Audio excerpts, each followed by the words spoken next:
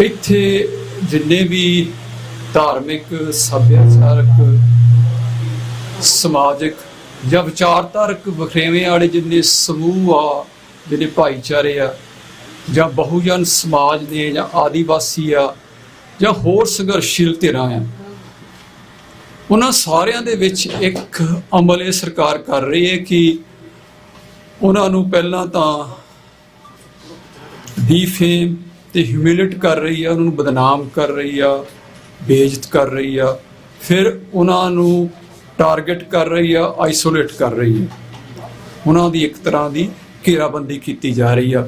ਉਸ ਤੋਂ next step ਦੇ ਵਿੱਚ ਉਹਨਾਂ ਨੂੰ ਅਟੈਕ ਕੀਤਾ ਜਾ ਰਿਹਾ, ਉਹਨਾਂ 'ਤੇ ਖਾਸ ਕਰਕੇ ਉਹਨਾਂ ਦੀ ਜਿਹੜੀ ਸੰਘਰਸ਼ੀਲ ਜਿਹੜੇ ਹਿੱਸੇ ਨੇ ਉਹਨਾਂ ਤੇ ਅਟੈਕ ਹੋ ਰਿਹਾ ਆ, ਉਹਨਾਂ ਨੂੰ ਜਾਂ ਤਾਂ ਜੇਲ੍ਹ ਕੀਤਾ ਜਾ ਰਿਹਾ ਹੈ ਜਾਂ ਫਿਰ ਐਲੀਮੀਨੇਟ ਕੀਤਾ ਜਾ ਰਿਹਾ। ਇਹ ਸਾਰੇ ਅਮਲ ਦਾ ਮਤਲਬ ਇਹ ਆ ਕਿ ਇੱਕ ਤਰ੍ਹਾਂ ਦਾ ਇੱਥੇ ਆਪਣੇ ਇੰਡੀਆ ਦੇ ਵਿੱਚ ਇੱਕ ਬਹੁਤ ਵੱਡਾ ਪ੍ਰੋਸੈਸ ਚੱਲ ਰਿਹਾ, ਜਿਹੜਾ ਅਸੀਮੀਲੇਸ਼ਨ ਦਾ, ਜਿਹੜਾ ਨਹੀਂ ਅਸੀਮੀਲੇਟ ਹੋ ਰਿਹਾ ਉਹਨੂੰ ਉਹ ਸਬਜੂਗੇਟ ਕਰਕੇ ਐਲੀਮੀਨੇਟ ਕਰ ਰਹੇ ਆ, ਨਹੀਂ ਤਾਂ ਅਸੀਮੀਲੇਸ਼ਨ ਹੋ ਰਹੀ ਆ।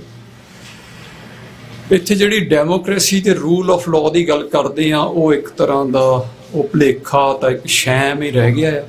ਇੱਥੇ ਰੂਲ ਆਫ ਲਾਅ ਉਹਨਾਂ ਲਈ ਆ, ਰੂਲਿੰਗ ਕਲਾਸ ਲਈ ਆ, ਤੇ ਜਿਹੜੇ ਰੂਲਿੰਗ ਐਲੀਟਸ ਆ ਉਹਨਾਂ ਲਈ ਹੀ ਹੈ। ਤੇ ਜਿਹੜੀ ਇਹ ਆਪਾਂ ਗੱਲ ਕਰੀਏ ਕਿ ਇਹ ਜੋ ਕੁਝ ਹੋ ਰਿਹਾ ਆ, ਇਹਦੇ ਵਿੱਚ ਦੇਖੀਏ ਕਿ ਆਪਾਂ ਆਲ ਓਵਰ ਦੇਖੀਏ ਕਿ ਮਿਜ਼ੋਰਮ, ਆਪਣੇ ਮਨੀਪੁਰ 'ਚ ਦੇਖ ਲਓ ਜਿਸ ਤਰੀਕੇ ਨਾਲ ਆਪਣੀ ਬੀਬੀਆਂ ਦੀ ਬੇਇੱਜ਼ਤੀ ਵਾਲੀ ਗੱਲ, ਜਾਂ ਉੱਥੇ ਰੇਪਿੰਗ ਜਾਂ ਕਤਲੇਆਮ ਦਾ ਗੱਲ ਉੱਥੋਂ ਲੈ ਲਓ, ਇੱਥੇ ਕਸ਼ਮੀਰ ਦੂਸਰੇ ਸਿਰੇ 'ਚ ਲੈ ਲਓ, ਉੱਥੇ ਇੱਕ ਤਰ੍ਹਾਂ ਦੀ ਜੀਨੋਸਾਈਡ ਹੋ ਰਹੀ ਆ। ਯੂਪੀ 'ਚ ਜਿਹੜੇ ਪੁਲਿਸ ਇਨਕਾਊਂਟਰਸ ਤੇ ਜਿਹੜਾ ਬੁਲਡੋਜ਼ਰ ਪਾਲਿਸੀ ਆ, ਉਹ ਤੁਹਾਨੂੰ ਸਾਰਿਆਂ ਨੂੰ ਪਤਾ ਕਿ ਉਹਦਾ ਕੀ ਮਤਲਬ ਆ, ਉਹ ਕਿਹਦੇ ਟਾਰਗੇਟਡ ਆ। ਮਹਾਰਾਸ਼ਟਰ 'ਚ ਦਲਿਤ, MP 'ਚ, ਗੁਜਰਾਤ 'ਚ ਜੋ ਦਲਿਤਾਂ ਨਾਲ ਹੋ ਰਿਹਾ, ਚੰਦਰ ਸ਼ੇਖਰ ਆਜ਼ਾਦ ਤੇ ਅਟੈਂਪਟ ਟੂ ਕਿਲ ਤੇ ਕਤਲ ਦੀ ਕੋਸ਼ਿਸ਼ ਕਰਨੀ, ਹਰਿਆਣੇ 'ਚ ਜੋ ਲੇਟਲੀ ਹੋ ਰਿਹਾ ਆ, ਆਪਾਂ ਨੂੰ ਸਭ ਨੂੰ ਪਤਾ ਕਿ ਉਹਦਾ ਕੀ ਮਤਲਬ ਆ। ਪੰਜਾਬ 'ਚ ਜੋ ਹੋ ਰਿਹਾ ਆ, ਖਾਸ ਕਰਕੇ ਜੋ ਲੇਟੈਸਟ ਆ, ਖਾਲਸਾ ਸਿੱਖਾਂ ਵਿੱਚ ਖਾਲਸਾ ਏਡ ਤੇ ਇੱਕ ਤਰ੍ਹਾਂ ਦਾ ਅਟੈਕ। ਇਸ ਤੋਂ ਪਹਿਲਾਂ ਜਿਹੜੇ ਕਿਸਾਨ ਮੋਰਚੇ ਨਾਲ ਜੁੜੇ ਜਿੰਨੀਆਂ ਵੀ ਧਿਰਾਂ ਸੀ, ਇੱਥੋਂ ਤੱਕ ਵੀ ਜਿਹੜੇ ਕਲਾਕਾਰ ਵੀ ਸੀ, ਉਹਨਾਂ ਤੇ ਵੀ ਇੱਕ ਤਰ੍ਹਾਂ ਦਾ ਉਹਨਾਂ ਨੂੰ ਡਰਾਉਣਾ, ਧਮਕਾਉਣਾ ਤਾਂ ਘੇਰਾਬੰਦੀ ਹੋ ਰਹੀ ਹੈ। ਇਹ ਸਾਰਾ ਬੜਾ ਯੋਜਨਾਬੱਧ ਤਰੀਕੇ ਨਾਲ ਹੋ ਰਿਹਾ ਆ। ਇਹਨੂੰ ਇਹ ਕਹਿ ਦੇਣਾ ਕਿ ਸਿਰਫ ਇਲੈਕਸ਼ਨਸ ਕਰਕੇ ਹੋ ਰਿਹਾ, ਇਲੈਕਟਰਲ ਕੋਈ ਗੇਨਸ ਕਰਕੇ, ਇੱਥੇ ਤੱਕ ਸੀਮਤ ਨਹੀਂ, ਇਹਨੂੰ ਘਟਾਉਣ ਦੀ ਗੱਲ ਆ। ਇਹ ਜੋ ਰੂਲਿੰਗ ਡਿਸਪੈਂਸੇਸ਼ਨ ਆ, ਉਹਦੀ ਇੱਕ ਨੀਤੀ ਆ, ਇੱਕ ਪਾਲਿਸੀ ਨੀਤੀ ਤਹਿਤ ਹੋ ਰਿਹਾ ਆ, ਜਿਹੜੀ ਉਹ ਬਿਲਕੁਲ ਨਹੀਂ ਬਦਲ ਰਹੇ, ਭਾਵੇਂ ਉਹ ਹਾਰਦੇ ਆ ਜਾਂ ਜਿੱਤਦੇ ਆ, ਉਸੇ ਤਰੀਕੇ ਨਾਲ ਚੱਲ ਰਹੇ ਆ। ਜੇ ਕਿਸਾਨ ਵਾਲਿਆਂ 'ਚ ਉਹਨਾਂ ਨੂੰ ਪਿੱਛੇ ਵੀ ਕਰਨਾ ਪਿਆ, ਪਿੱਛੇ ਹਟ ਕੇ ਦੁਬਾਰਾ ਸਾਰਾ ਕੁਝ ਲਾਗੂ ਕਰ ਰਹੇ ਆ। ਇੱਕ ਬੜਾ ਨਿਸ਼ਚਿਤ ਅਮਲ ਵਜੋਂ ਇਹ ਸਾਰਾ ਹੋ ਰਿਹਾ। ਤੇ ਆਉਣ ਵਾਲੇ ਸਮਿਆਂ ਜਿਹੜੀ ਸਭ ਤੋਂ ਇੱਕ ਖਦਸ਼ੇ ਵਾਲੀ ਗੱਲ ਆ ਕਿ ਇੰਡੀਆ ਇੱਕ ਅਖਾੜਾ ਬਣ ਸਕਦਾ ਆ, ਜਿੰਨੇ ਵੀ ਵਖਰੇਵੇਂ ਆ, ਅਨੇਕਤਾ ਆ, ਤੇ ਜਿੰਨੇ ਡਿਫਰੈਂਸਿਸ ਆ, ਉਹ ਜਿੰਨੇ ਭਾਈਚਾਰੇ, ਉਹਨਾਂ ਦੇ ਜੀਨੋਸਾਈਡ ਦਾ ਇਹ ਬਹੁਤ ਵੱਡਾ ਇੱਕ ਐਰੇਨਾ ਬਣ ਸਕਦਾ ਹੈ। ਤੇ ਜੇ ਆਪਾਂ ਗੱਲ ਕਰੀਏ ਪੰਜਾਬ ਦੀ ਤੇ ਸਿੱਖਾਂ ਦੀ, ਸਿੱਖਾਂ ਤੇ ਪੰਜਾਬ ਦਾ ਇੱਕ ਖਾਸ ਅਮਲ ਆ, ਉਹਨਾਂ ਦੀ ਹਿਸਟਰੀ ਕਰਕੇ, ਉਹਨਾਂ ਦੀ ਜੋਗ੍ਰਾਫੀ ਕਰਕੇ, ਉਹਨਾਂ ਦੇ ਗੁਰੂ ਗ੍ਰੰਥ ਸਾਹਿਬ ਦੇ ਵਿਚਲੇ ਜਿਹੜੇ ਆਦਰਸ਼ ਆ, ਉਹਨਾਂ ਦੇ ਅਕੀਦਿਆਂ ਕਰਕੇ, ਸਰਬਤ ਦੇ ਭਲੇ ਲਈ ਸੰਘਰਸ਼ ਕਰਨਾ, ਜ਼ੁਲਮ ਵਿਰੁੱਧ ਸੰਘਰਸ਼ ਕਰਨਾ, ਤੇ ਜੋ ਉਹਨਾਂ ਦਾ ਸਮੁੱਚਾ ਇੱਕ ਸੰਘਰਸ਼ ਦਾ ਇੱਕ ਪੁਰਾਣੀ ਹਿਸਟਰੀ ਆ, ਤੇ ਉਹਨਾਂ ਦਾ ਰਾਜ ਦਾ ਦਾਅਵਾ ਆ, ਪਾਤਸ਼ਾਹੀ ਦਾ ਦਾਅਵਾ। ਇਸ ਕਰਕੇ ਪੰਜਾਬ ਤੇ ਸਿੱਖ ਉਹਨਾਂ ਲਈ ਇੱਕ ਖਾਸ ਚੁਣੌਤੀ ਆ। ਤੇ ਉਹਨਾਂ ਨੇ ਦੇਖਿਆ ਕਿ ਕਿਸਾਨ ਮੋਰਚੇ ਵਿੱਚ ਉਹਨਾਂ ਨੇ ਬਿਲਕੁਲ ਆਇਡੈਂਟੀਫਾਈ ਕਰ ਲਿਆ ਕਿ ਇਹ ਰੀਅਲ ਗੱਲ ਕੀ ਆ, ਤੇ ਉਸ ਤੋਂ ਬਾਅਦ ਉਹ ਬੜੇ ਇੱਕ ਪਾਲਿਸੀ ਤਹਿਤ ਅਮਲ ਕਰ ਰਹੇ ਆ। ਤੁਸੀਂ ਦੇਖੀਏ ਕਿ ਇੱਕ ਤਾਂ ਇਹ ਆ ਕਿ ਬੜੇ ਲੰਮੇ ਸਮੇਂ 'ਚ ਉਹ ਜਿਹੜੇ ਕਿਸੇ ਤਰ੍ਹਾਂ ਦੀ ਸਿੱਖ ਲੀਡਰਸ਼ਿਪ ਆ, ਸਿੱਖ ਇੰਸਟੀਟਿਊਸ਼ਨਸ ਆ, ਸਿੱਖ ਪਾਰਟੀਜ਼ ਆ, ਤੇ ਸਿੱਖਾਂ 'ਚ ਜੋ ਵੀ ਸ਼ਾਖ ਵਾਲਾ ਕੁਛ ਵੀ ਹੈ, ਉਹਨੂੰ ਉਹ ਡਿਸਕ੍ਰੈਡਿਟ ਕਰ ਰਹੇ ਆ। ਤੇ ਤੁਸੀਂ ਦੇਖਿਆ ਕਿ ਪਿਛਲੇ ਲੰਮੇ ਸਮੇਂ 'ਚ ਮੀਡੀਆ 'ਚ, ਖਾਸ ਕਰਕੇ ਸੋਸ਼ਲ ਮੀਡੀਆ 'ਚ, ਉਹ ਜਿੰਨੇ ਵੀ ਆਪਣੇ ਪੰਥ ਪੰਜਾਬ ਵਿੱਚ ਡਿਫਰੈਂਸਿਸ ਆ, ਵਖਰੇਵੇਂ ਆ, ਜਿੱਥੇ ਰਿਫਟਸ ਹੋ ਸਕਦੀ ਆ, ਜਾਂ ਡੀਫੇਮੇਸ਼ਨ ਆ, ਜਾਂ ਗੁੰਮਰਾਹ ਕਰਨ ਦਾ ਪ੍ਰੋਸੈਸ, ਉਹ ਲਗਾਤਾਰ ਚੱਲ ਰਿਹਾ। ਤੇ ਖਾਸ ਕਰਕੇ ਉਹਨਾਂ ਹਿੱਸਿਆਂ ਵਿਰੁੱਧ ਜਿੱਦਾਂ ਜਿਹੜੇ आज़ादी पक्षी आ जिहड़े आज़ादी नूं अपनाया, जिहड़े खालिस्तान नूं अपनाया, जिद्दां संत जरनैल सिंह पिंडरांवाले मिलीटेंट लीडरशिप खालिस्तान दे आइडिया इहनूं खास टारगेट किया जा रहा है। तो इस साल के शुरू में जो आप देखिए मार्च में जो होया, असीं उन्हां बारे पहलां ही ये सारियां गल्लां काफ़ी चिर पहलां ही करते आ रहे हैं। ਉਹਦੇ ਵਿੱਚ ਕੀ ਹੋਇਆ कि इन्हां ने सिखां दी जिहड़ी समੁੱਚੀ एक बनी सी किसान मोर्चे ते कोविड दौरान एक सॉफ्ट पावर ते रियल करैक्टर सारी दुनिया च आया सी, ਉਹਨੂੰ ते टारगेट करन लई इन्हां ने इहो जिहा इत्थे माहौल बनाया कि इत्थे एक साइकोलॉजिकल हमला किया मनोविग्यानिक्स मीडिया राही बहुत वड्डा सिख पछाण ते सिख अमल ते फिर इत्थे फोर्सिस नूं लिया के फिर इत्थे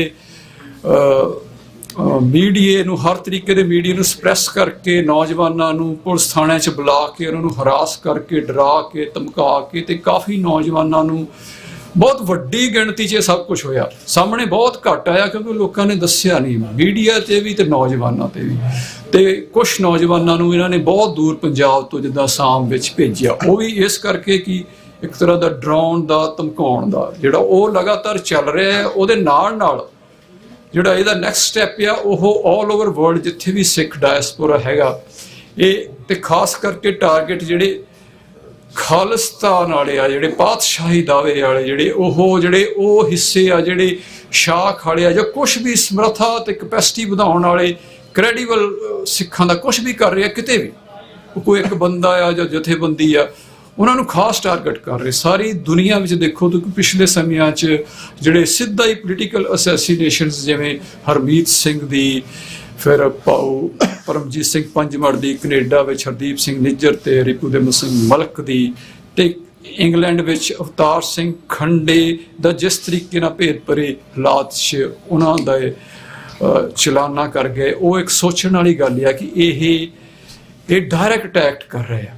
ਇਹਦੇ ਬਾਰੇ ਹੁਣ ਇਹ ਕੋਈ ਇਹ ਵੀ ਨਹੀਂ ਕਹਿ ਰਹੇ ਕਿ ਅਸੀਂ ਨਹੀਂ ਕਰ ਰਹੇ, ਇਨਡਾਇਰੈਕਟਲੀ ਕਲੇਮ ਵੀ ਕਰ ਰਿਹਾ। ਇਹਦੇ ਨਾਲ ਹੀ ਉਹ ਸਮੁੱਚੇ ਦੁਨੀਆ 'ਚ ਜਿਹੜਾ ਇੱਕ ਸਿੱਖਾਂ ਦਾ ਬਣਿਆ ਸੀ ਇੱਕ ਆਜ਼ਾਦੀ ਵਾਲਾ ਪੀਸਫੁਲ ਪ੍ਰੋਟੈਸਟ ਵਾਲਾ, ਉਹਨਾਂ ਦੀ ਇੱਕ ਖਾਸ ਕ੍ਰੈਡੀਸ਼ਨ ਬਾਹਰ ਬਣੇ ਸੀ ਅਮਲ ਦੇ, ਉਹਨਾਂ 'ਤੇ ਵੀ ਅਟੈਕ ਹੋ ਰਿਹਾ। ਇਹ ਸ਼ੋਅ ਕੀਤਾ ਜਾ ਰਿਹਾ ਕਿ ਭਾਵੇਂ ਆਪ ਹੀ ਕਰ ਰਹੇ ਆ, ਜਿੱਦਾਂ ਕਿਤੇ ਮੰਦਰਾਂ 'ਤੇ ਹਮਲੇ ਦੀ ਗੱਲ ਆ, ਕਿਤੇ ਵਾਇਲੈਂਸ ਦੀ ਗੱਲ ਆ, ਕਿਤੇ ਅੱਗ ਜਣੀ ਦੀ ਗੱਲ ਆ, ਕਿਤੇ ਗਾਲੀ ਗਲੋਚ ਦੀ ਗੱਲ ਆ, वो सारा कुछ वो भी हो रहा है। जो सिख जी इमेज आ उन्होंने किस तरीके नाल टारगेट करना, तो ये जोड़ा हुण लेटेस्ट अटैक होया कल परसों जिद्दां खालसा एड ते होया, तो बाहर कुछ शख्सियतां ते जथेबंदियां ते होया।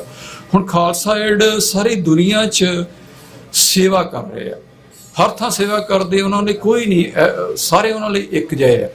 ਉਹਦੇ ਨਾਲ ਉਹਨਾਂ ਦੇ ਸਿੱਖਾਂ ਦੀ ਸੌਫਟ ਪਾਵਰ, ਸਿੱਖਾਂ ਦੀ ਇੱਕ ਸਮਰੱਥਾ ਵਧਾਉਣ ਵਾਲੀ ਗੱਲ ਕਰ ਰਿਹਾ। ਇਹ ਜੇ ਜਿੱਥੇ ਵੀ ਹਿੱਸੇ ਆ ਸਟੇਟ ਉਹਨਾਂ ਦੇ ਕਿਸੇ ਨਾ ਕਿਸੇ ਤਰੀਕੇ ਨਾਲ ਅਟੈਕ ਕਰ ਰਹੇ, ਇਹ ਬਹੁਤ ਸੀਰੀਅਸ ਗੱਲ ਆ।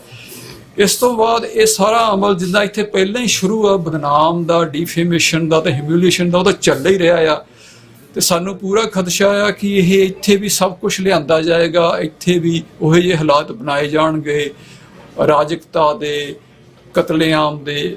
तो जो ये कर ही रहे हैं कि सारे राजकता होवे, कोई किसी का विश्वास ना होवे, टोटल क्याओस होवे, ते इत्थे कोई लीडरशिप ना रहे, कोई इंस्टीट्यूशन ना रहे, कोई पार्टी ना रहे। ਉਹਦੇ ਵਿੱਚ आने वाले समय ये इत्थे होर भी इहो ਜਿਹੇ हालात पैदा कर सकते ਜਿਹਦੇ ਵਿੱਚ ਇੱਥੇ ਇਹੋ ਜਿਹੇ कतल होण ते ਇਹੋ ਜਿਹੀ आपसी कलेश ਵਧੇ।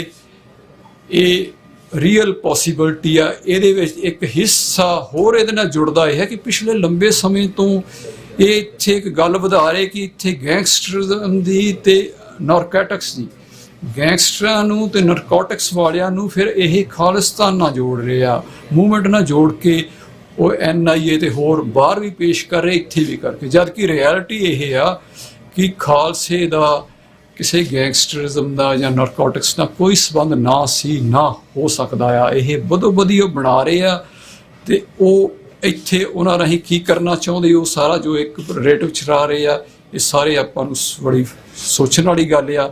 ਇਹਦੇ ਨਾਲ ਹੀ ਇੱਕ ਹੋਰ ਫਿਕਰ ਵਾਲੀ ਗੱਲ ਇਹ ਹੈ ਕਿ ਕੁਛ ਬੰਦੇ ਇੱਥੇ ਆਪਣੇ ਵਿੱਚ ਵੀ, ਇੱਥੇ ਵੀ ਬਾਹਰ ਵੀ ਉਹੀ ਨੈਰੇਟਿਵ ਜੋ ਸਰਕਾਰ ਦਾ ਆ, ਜੋ ਬੇਭਰੋਸਗੀ ਦਾ, ਬੇਇਤਫਾਕੀ ਦਾ ਜਾਂ ਆਪਣੇ ਜਿਹੜੇ ਲੀਡਰਸ਼ਿਪ ਆ ਉਹਦੇ ਖਿਲਾਫ ਬੋਲਣ ਦਾ ਜਾਂ ਡਿਵੀਜ਼ਨਾਂ ਵਧਾਉਣ ਦਾ, ਉਹ ਆਪਣੇ ਵੀ ਕੁਝ ਬੰਦੇ ਕਰ ਰਹੇ ਆ, ਜਿਹੜੇ ਸਟੇਟ ਕਰ ਰਹੇ ਆ, ਉਹਦੇ ਬਾਰੇ ਵੀ ਸਾਨੂੰ ਸੁਚੇਤ ਹੋਣਾ ਚਾਹੀਦਾ। ਸਾਡਾ ਇੱਥੇ ਮਤਲਬ ਇਹੀ ਹੈ ਕਿ ਸਮੁੱਚੀ ਸੰਗਤ ਨੂੰ, ਪੰਜਾਬ ਨੂੰ, ਪੰਥ ਨੂੰ ਸੁਚੇਤ ਕਰਨਾ ਕਿ ਹਾਲਾਤ ਬਹੁਤ ਸੀਰੀਅਸ ਆ, ਇੰਟਰਨੈਸ਼ਨਲ ਵੀ, ਆਪਣੇ ਇੱਥੇ ਵੀ ਤੇ ਆਪਣੇ ਪੰਜਾਬ ਵਿੱਚ ਵੀ। ਤੇ ਲਗਾਤਾਰ ਸਿਚੁਏਸ਼ਨ ਇੱਕ ਖਾਸ ਮੋੜ ਵੱਲ ਨੂੰ ਲਿਜਾਈ ਜਾ ਰਹੀ ਆ, ਅਰਾਜਕਤਾ ਵੱਲ ਨੂੰ, ਬੇਵਿਸ਼ਵਾਸੀ ਵੱਲ ਨੂੰ, ਤੇ ਇਸ ਤੋਂ ਬਾਅਦ ਸਿੱਧਾ ਹੀ ਅਟੈਕ ਵੱਲ ਨੂੰ, ਕਤਲ ਕਰਨ ਵੱਲ ਨੂੰ। ਤੇ ਉਹਦੇ ਬਾਰੇ ਸਾਰਿਆਂ ਨੂੰ ਸੁਚੇਤ ਹੋਣਾ ਚਾਹੀਦਾ। ਤੇ ਜਿੱਥੇ ਜਿੱਥੇ ਵੀ ਪੰਥ ਹੈਗਾ ਤੇ ਇਹ ਸਮਾਂ ਹੈਗਾ ਜੁੜ ਬੈਠਣ ਦਾ, ਆਪਸ ਵਿੱਚ ਸੰਵਾਦ ਰਚਾਉਣ ਦਾ ਤੇ ਇਕੱਠੇ ਹੋਣ ਦਾ, ਪੰਥਕ ਰਵਾਇਤ ਤੇ ਪੰਥਕ ਪਰੰਪਰਾ ਅਨੁਸਾਰ ਇਕੱਠੇ ਹੋਣ ਦਾ, ਗੁਰਮਤਿ ਅਨੁਸਾਰ ਸਾਂਝੇ ਫੈਸਲੇ ਤੇ ਸਾਂਝੇ ਅਗਵਾਈ ਵਾਲੇ ਦਾ। ਇਹ ਬਹੁਤ ਕ੍ਰਾਈਸਿਸ ਵਾਲਾ ਸਮਾਂ, ਇਹਨੂੰ ਪਛਾਣਨਾ ਚਾਹੀਦਾ। ਤੇ ਇਸੇ ਤਰ੍ਹਾਂ ਸਾਡਾ ਇਹਨਾਂ ਲਈ ਜਵਾਬ ਵੀ ਇਹੀ ਬਣਦਾ ਆ। ਵਾਹਿਗੁਰੂ ਜੀ ਕਾ ਖਾਲਸਾ, ਵਾਹਿਗੁਰੂ ਜੀ ਕੀ ਫਤਿਹ। ਇਹ ਬਾਰੇ ਇਕੱਠੇ ਹੋਣ ਦੀ ਲੋੜ ਹੈ ਸਾਰੇ ਸਿੱਖ ਪੰਥ ਵਿੱਚ ਪਲੇਟਫਾਰਮ ਤੇ। ਕੋਈ ਪਹਿਲ ਕਦਮੀ ਕਰੋਗੇ ਜੀ ਸਾਰਿਆਂ ਨੂੰ ਇਕੱਠਾ ਕਰਨ ਵਾਸਤੇ, ਜਾਂ ਕੀ ਉਪਰਾਲਾ ਹੋ ਸਕਦਾ?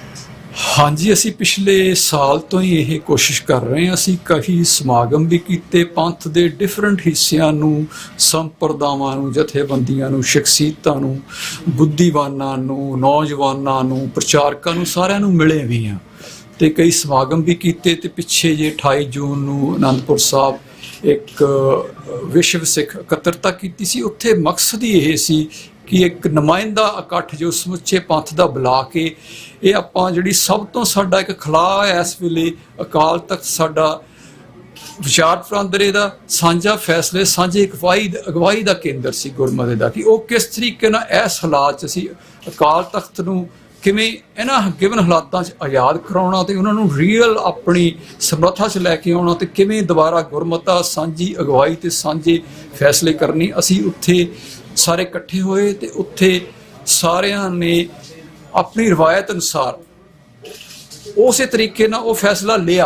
ਉਹ ਫੈਸਲਾ ਇਹ ਸੀ ਕਿ ਜੋ ਮੌਜੂਦਾ ਜੋ ਪ੍ਰਬੰਧ ਆ ਅਕਾਲ ਤਖਤ ਦਾ, ਤਖਤਾਂ ਦਾ, ਉਹ ਪਰੰਪਰਾ ਅਨੁਸਾਰ ਨਹੀਂ ਆ, ਉਹਨੂੰ ਰੱਦ ਕੀਤਾ। ਤੇ ਜੋ ਚਾਹੀਦਾ ਆ ਗੁਰਮਤਿ ਅਨੁਸਾਰ ਤੇ ਪਰੰਪਰਾ ਅਨੁਸਾਰ, ਉਹ ਇਹ ਆ ਕਿ ਇੱਕ ਅਕਾਲੀ ਜਥਾ ਉੱਥੇ ਚਾਹੀਦਾ ਜਿੱਦਾਂ ਪਹਿਲਾਂ ਹੁੰਦਾ ਸੀ, ਉੱਥੇ ਬਣਾਇਆ ਜਾਵੇ। ਤੇ ਉਹਦੇ ਲਈ ਅੱਗੇ ਜੋ ਕਵਾਇਦ ਆ ਉਹ ਅਸੀਂ ਲਗਾਤਾਰ, ਜਿੱਦਾਂ ਪਹਿਲਾਂ ਵੀ ਮਿਲ ਰਹੇ ਪੰਥ ਦੇ, ਅਸੀਂ ਲਗਾਤਾਰ ਉਹ ਕੰਟੀਨਿਊਡ ਆ। ਤੇ ਹੋਰ ਜਿਹੜੇ ਰਹਿ ਗਏ ਹਿੱਸੇ ਉਹਨਾਂ ਨੂੰ ਵੀ ਬਣਾਂਗੇ। ਤੇ ਇਹਦੇ ਨਾਲ ਹੀ ਅਸੀਂ, ਇਹ ਗੱਲ ਤਾਂ ਹੀ ਬਣਦੀ ਹੈ ਕਿ ਜੇ ਥੱਲੇ ਤੋਂ, ਪਿੰਡ ਤੋਂ, ਗੁਰੂ ਘਰ ਲੈਵਲ ਤੋਂ ਇਹ ਜਿਹੜੀ ਗੁਰਮਤਿ ਦੀ ਜਿਹੜੀ ਰਵਾਇਤ ਆ, ਸਾਂਝੀ ਗਵਾਹੀ ਤੇ ਸਾਂਝੇ ਫੈਸਲੇ ਦੀ ਥੱਲੋਂ ਤੋਂ ਚੱਲੇ। ਤੇ ਇਹਦੇ ਲਈ ਅਸੀਂ ਲਗਾਤਾਰ ਯਤਨ ਕਰ ਰਹੇ ਹਾਂ ਤੇ ਅੱਗੇ ਵੀ ਕਰਾਂਗੇ। Thinking about going solar, but not sure whether it's worth it for your home? Well, before you get ਜਿਹੜੇ ਸਾਡੇ ਦਾਅਵੇ ਨੇ, ਜਿਹੜੀਆਂ ਸਾਡੀਆਂ ਪੰਥਕ ਧਿਰਾਂ ਨੇ ਇਸ ਵੇਲੇ ਮੌਜੂਦ ਨੇ, 84 ਤੋਂ ਬਾਅਦ ਦੀ ਗੱਲ ਕਰ ਲਈ, 83 ਨੂੰ ਪਹਿਲਾਂ ਛੱਡ ਦਈਏ, ਉਸ ਤੋਂ ਬਾਅਦ ਜਿਹੜੀਆਂ ਸਾਡੀਆਂ ਪੰਥਕ ਧਿਰਾਂ ਨੇ, ਅਸੀਂ ਸਾਰਾ ਹੀ ਦਾਅਵਾ ਕਰਦੇ ਸਾਡਾ ਨਿਸ਼ਾਨਾ ਇੱਕ ਹੈ ਜੀ, ਨਿਸ਼ਾਨਾ ਇੱਕ ਆ, ਮਿਸ਼ਨ ਇੱਕ ਆ, ਮਕਸਦ ਇੱਕ ਹੈ, ਸਾਡੀ ਅਪਰੋਚ ਜਿਹੜੀ ਹੈ, ਪਹੁੰਚ ਜਿਹੜੀ ਹੈ, ਉਹ ਵੀ ਇੱਕੋ ਹੀ ਆ ਵੀ ਅਸੀਂ ਗੁਰੂ ਗ੍ਰੰਥ ਸਾਹਿਬ ਤੱਕ, ਸਿਧਾਂਤ ਜਿੱਥੋਂ ਤੱਕ ਏਕਤਾ ਦੀ ਗੱਲ ਕੀਤੀ ਜਾਂਦੀ, ਅਸੀਂ ਕਹਿੰਦੇ ਘੱਟੋ ਘੱਟ ਗੁਰੂ ਗ੍ਰੰਥ ਸਾਹਿਬ ਤੱਕ ਤੇ ਸਾਡੀ ਇੱਕ ਸਹਿਮਤੀ ਬਣ ਜਾਵੇ ਉਹਦੇ ਸਿਧਾਂਤ, ਗੁਰਮਤਿ ਦੇ ਸਿਧਾਂਤ। ਕੀ ਕਾਰਨ ਹੈ ਕਿ 39 ਸਾਲ ਬੀਤ ਜਾਣ ਕੇ ਵੀ ਅਸੀਂ ਇਕੱਠੇ ਨਹੀਂ ਹੋ ਸਕੇ? ਉਹ ਕਾਰਨ ਇਹ ਹੈ ਕਿ ਜੀ ਅਸੀਂ ਇਕੱਠੇ ਕਰਨ ਦੇ ਤਰੀਕੇ ਅਸੀਂ ਹੋਰਨਾਂ ਦੇ ਅਪਣਾਉਂਦੇ ਰਹੇ। ਜਦੋਂ ਤੋਂ ਅੰਗਰੇਜ਼ਾਂ ਨੇ ਸਾਨੂੰ ਹਰਾਇਆ, ਉਹਨਾਂ ਨੇ ਸਾਡਾ ਜੋ ਗਿਆਨ ਪ੍ਰਬੰਧ ਆ, ਸਾਡੀ ਐਜੂਕੇਸ਼ਨ, ਸਾਡਾ ਸਾਰੀ ਪਰੰਪਰਾ, ਉਹਨੂੰ ਨਸ਼ਟ ਕਰ ਦਿੱਤਾ ਤੇ ਆਪਣਾ ਸਾਡੇ ਤੇ ਲਾਗੂ ਕਰ ਦਿੱਤਾ। ਤੇ ਉਸ ਤੋਂ ਬਾਅਦ ਅਸੀਂ ਉਹਨੂੰ ਵੀ ਫੋਲੋ ਕਰ ਰਹੇ ਸੀ। ਜੋ ਆਹ ਪਿਛਲੇ ਸਮਿਆਂ ਜੋ ਸੰਘਰਸ਼ ਵੀ ਕਰ ਰਹੇ ਆ, ਉਹ ਵੀ ਉਹਨਾਂ ਦੇ ਤਰੀਕਿਆਂ ਨਾਲ ਹੀ ਕਰ ਰਹੇ ਆ, ਉਹਨਾਂ ਦੀ ਬਣਾਈਆਂ ਗਰਾਊਂਡਸ ਕਰ ਰਹੇ ਆ। ਤੇ ਜਿਹੜੀ ਅਸੀਂ ਏਕਤਾ ਦੀ ਵੀ ਕੋਸ਼ਿਸ਼ ਕਰ ਰਹੇ ਆ, ਉਹ ਵੀ ਉਹਨਾਂ ਦੇ ਅਨੁਸਾਰ ਹੀ ਕਰ ਰਹੇ ਆ। ਜਿੱਦਾਂ ਉਹ ਇੱਕ ਇਲੈਕਸ਼ਨਾਂ 'ਚ ਬਹੁਮਤ ਵਾਲੀ, ਤਾਂ ਜਿਹਨਾਂ ਦੇ ਆਗੂ ਚੁਣਨ ਦੇ ਤਰੀਕੇ ਵੀ ਅਸੀਂ ਉਹੀ ਲੈ ਰਹੇ ਹਾਂ, ਡਿਸੀਜਨ ਉਹ ਵੀ ਬਹੁਮਤ ਵਾਲੇ ਲੈ ਰਹੇ ਹਾਂ। ਅਸੀਂ ਆਪਣੇ ਛੱਡੀ ਰੱਖੇ ਆ।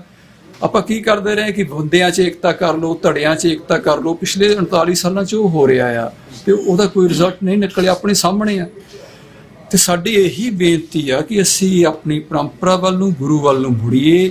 ਅਸੀਂ ਅਨੰਦਪੁਰ ਸਾਹਿਬ ਇਹੀ ਯਤਨ ਕੀਤਾ, ਸਾਡੀ ਇਹੀ ਬੇਨਤੀ ਕਿ ਇਹ ਅਸੀਂ ਕਰਕੇ ਦਿਖਾਇਆ।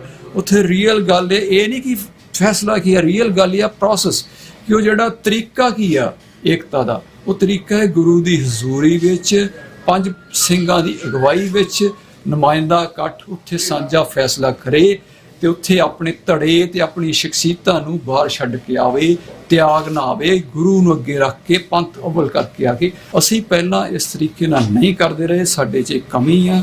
ਅਸੀਂ ਆਪਣੀ ਪਰੰਪਰਾ ਨੂੰ, ਆਪਣੀ ਜੁਗਤ ਨੂੰ, ਆਪਣੇ ਅਸਲ ਨੂੰ ਛੱਡ ਕੇ ਅਸੀਂ ਜਿਨ੍ਹਾਂ ਨੇ ਸਾਨੂੰ ਗੁਲਾਮ ਬਣਾਇਆ ਤੇ ਜਿਨ੍ਹਾਂ ਦੀ ਗੁਲਾਮੀ 'ਚ ਅਸੀਂ ਅੱਜ ਤੱਕ ਜਾ ਰਹੇ ਹਾਂ, ਅਸੀਂ ਉਹਨਾਂ ਦੇ ਹੀ ਤਰੀਕਿਆਂ ਨੂੰ ਫੋਲੋ ਕਰ ਰਹੇ ਹਾਂ।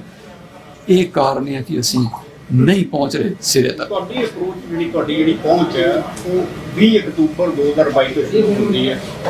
ਤੁਸੀਂ ਸਮੁੱਚੀ ਤਰ੍ਹਾਂ ਇੱਕ ਸਿਧਾਂਤ ਦੇ ਅਨੁਸਾਰ ਇਕੱਠੇ ਕਰਨ ਦੀ ਕੋਸ਼ਿਸ਼ ਕੀਤੀ ਹੈ।